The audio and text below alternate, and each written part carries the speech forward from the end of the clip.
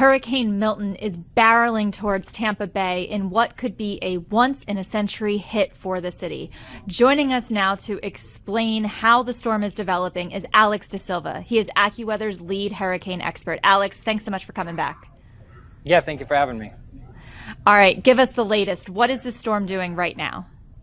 Yeah, well, right now, Milton's actually strengthening up a little bit. The hurricane hunters flying around in the storm, and they found that the storm has strengthened right back up a little bit. We're right on the verge of Category 5 strength right now, but fluctuations, I think, are going to be happening here in the next 24 hours, so it might go up to Cat 5, might come down. So this is completely normal. The storm underwent an eyewall replacement cycle yesterday, and so the wind speeds did come down a little bit, but the size of the storm increased, and so the wind field expanded. That's completely normal in these eyewall replacement cycles that these really strong hurricanes undergo. It's something they just kind of have to undergo for the dynamical processes within the storms. Essentially, an outer eyewall forms, and then it compresses onto the inner eyewall and takes over.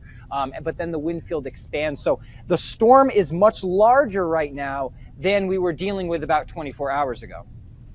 So the storm is larger. What does that mean for the path and also where it will make landfall? How much has that changed over the last 24 hours? Yeah, we'll start with the path. So not much has changed here over the last 24 hours. You can see the path here. We're still expecting a Category 3 hurricane to make landfall somewhere around the Tampa Bay area. Might be just south of Tampa Bay, might be a little bit further north, but overall closing in on that Tampa Bay area Thursday Eastern time at 2 a.m. Again, that is early Thursday morning. 2 a.m. Eastern time is the time we're expecting landfall as a dangerous Category 3 hurricane. Now, it's going to be growing in size, and so we're going to see the wind field expand. So look down here. You can see how compact the winds are. It's still a relatively small storm, maybe a little smaller than average, but then once it gets up here towards Florida, the wind field is going to expand. It might undergo another one of those eyewall replacement cycles, and so that's another way the wind field can expand, as well as it's going to interact with a dip in the jet stream coming through like that, and that will also help to expand the wind field and also kind of the rain field as well. We're expecting widespread 8 to 12 inches of rain everywhere. Cape Coral, Tampa, Orlando, all the way up to Jacksonville. Very, very heavy rainfall.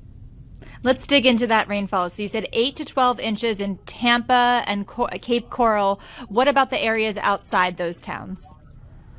Yeah, down here, down across the southern portion, we might get a little bit of dry air. So actually, a lot of the rain actually might come today and early tomorrow, kind of precursor ahead of the storm. We will still get some rain bands down across southern Florida, but there might actually be a little bit of dry air that mixes in as the storm is making landfall. But I think the hardest hit areas are going to be in this corridor here, just north of where the storm makes landfall. This is the area I think that has the best chance to see a foot of rain or even more. What typically happens with these tropical systems when they interact with a dip in the jet stream, a lot of the precipitation ends up on the north and northwest side of the storm. And so if the storm is moving in towards Tampa and then, maybe it's near Orlando or just south, you look to the areas north and west for the heaviest rain. And so that's why I'm thinking a corridor, Tampa, Orlando, Daytona, up to Jacksonville. These are the areas I think circled there where we have the best shot of seeing a foot of rain or even more.